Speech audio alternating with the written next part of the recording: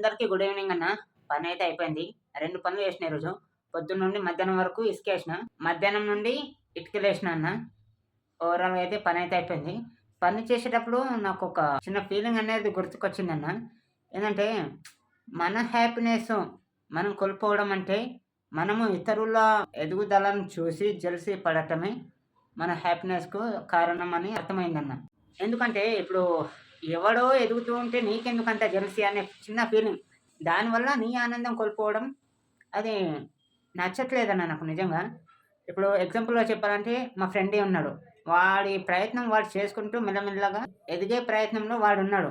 అరే! వీడు ఎదుగుతుండు గదా! అని నేను ఫీల్ అయితుంటే నాకేమొస్తదన్న? నా హ్యాపీనెస్ కోల్పోతాను గదా! మన పని మనం చేసుకుంటేనే నిజమైన హ్యాపీనెస్ అన్న. ఇతరుడి ఎదుగుదలను చూసి ఓర్వకపోవడం, అప్పుడు నీ జీవితం, నీ హ్యాపీనెస్ మొత్తం గంగలో పోతది.